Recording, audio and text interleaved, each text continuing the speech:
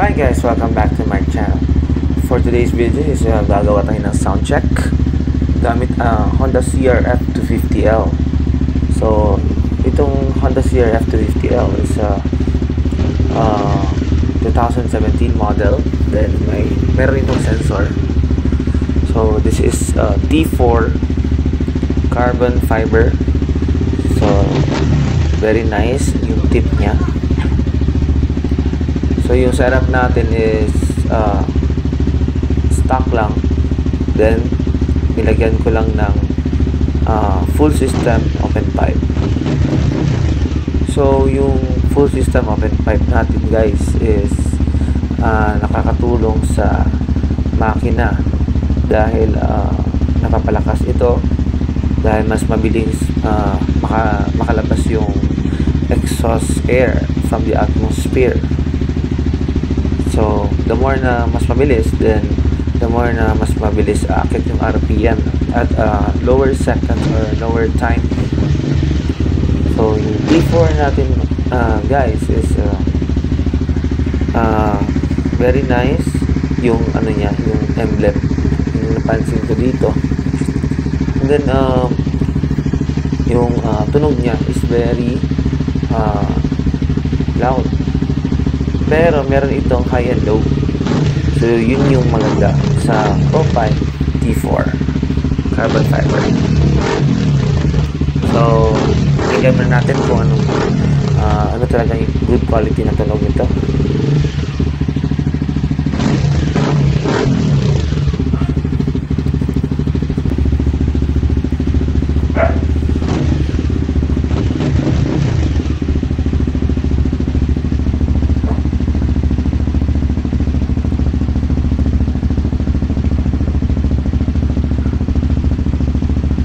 So yun guys, very nice yung tunog talaga.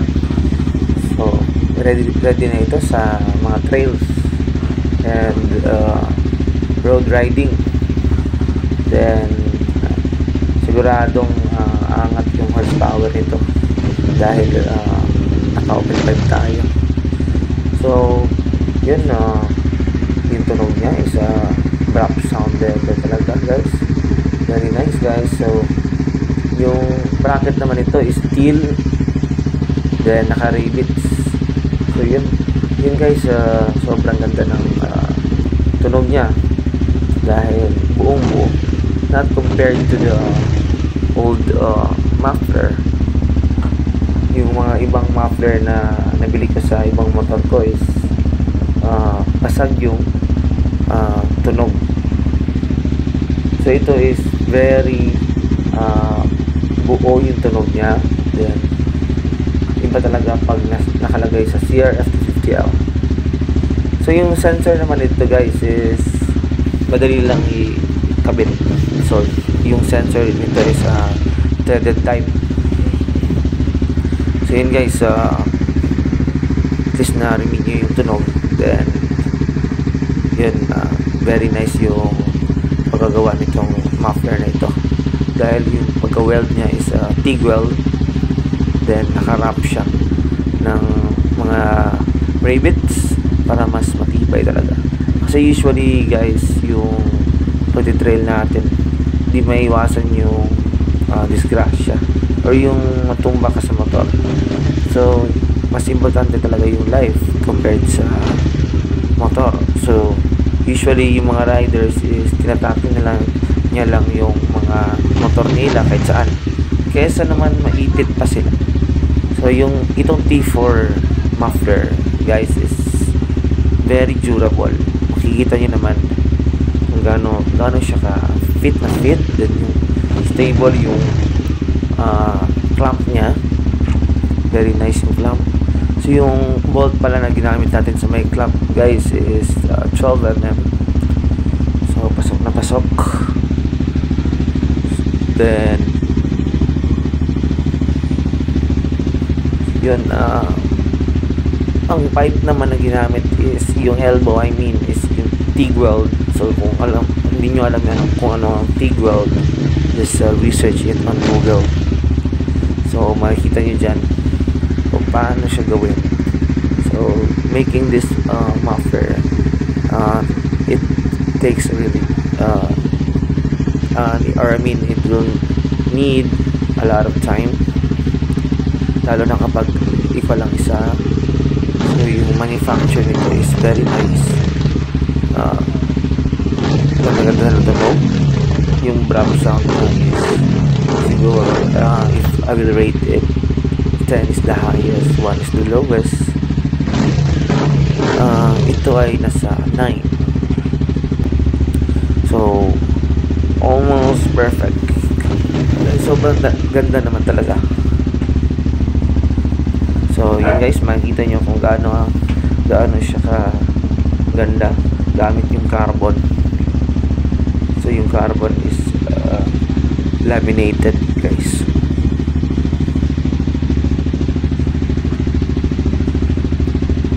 Ang tawag naman nito guys is, yung tip niya is cone type tip. So yan yung tawag niya. Then yung high and low is makikita naman dyan sa may bandang gitna after the canister. So yan guys, yung position naman niya guys is naka-position ng maayos compared to the other muffler that I purchased. So mas maganda talaga yung mounting nito. Then yun, ang mounting naman nito guys is direkta sa makina. Then yung makina nito is water cooled. So dyan ang banda yung init.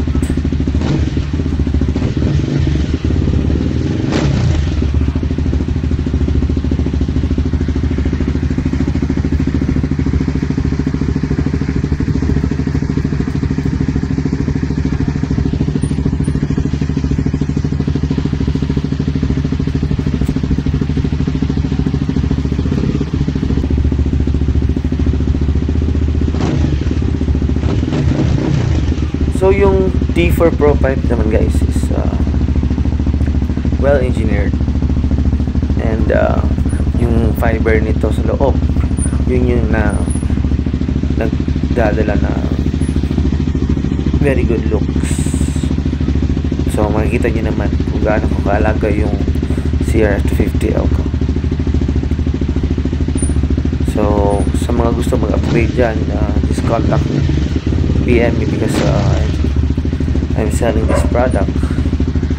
So at least makatulong ako sa inyo. Then make sure to contact me on my number. Let's go 0906-251-0633.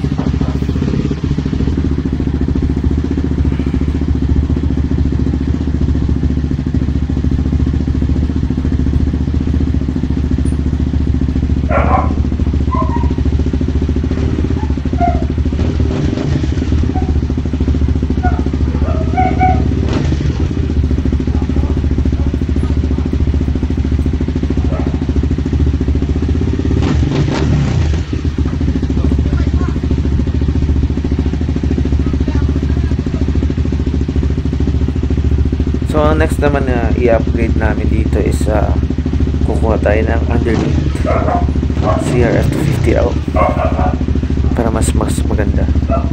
Pasensya na guys, medyo maingay sa labas yung aso ko kasi. Yan, yung protector naman niya sa may elbow is nakadikit pa din kasi delikado dyan sa baka mapasok kayo. So yun lang guys, hope you like this video and the video sound check T4. See you on my next video. Bye.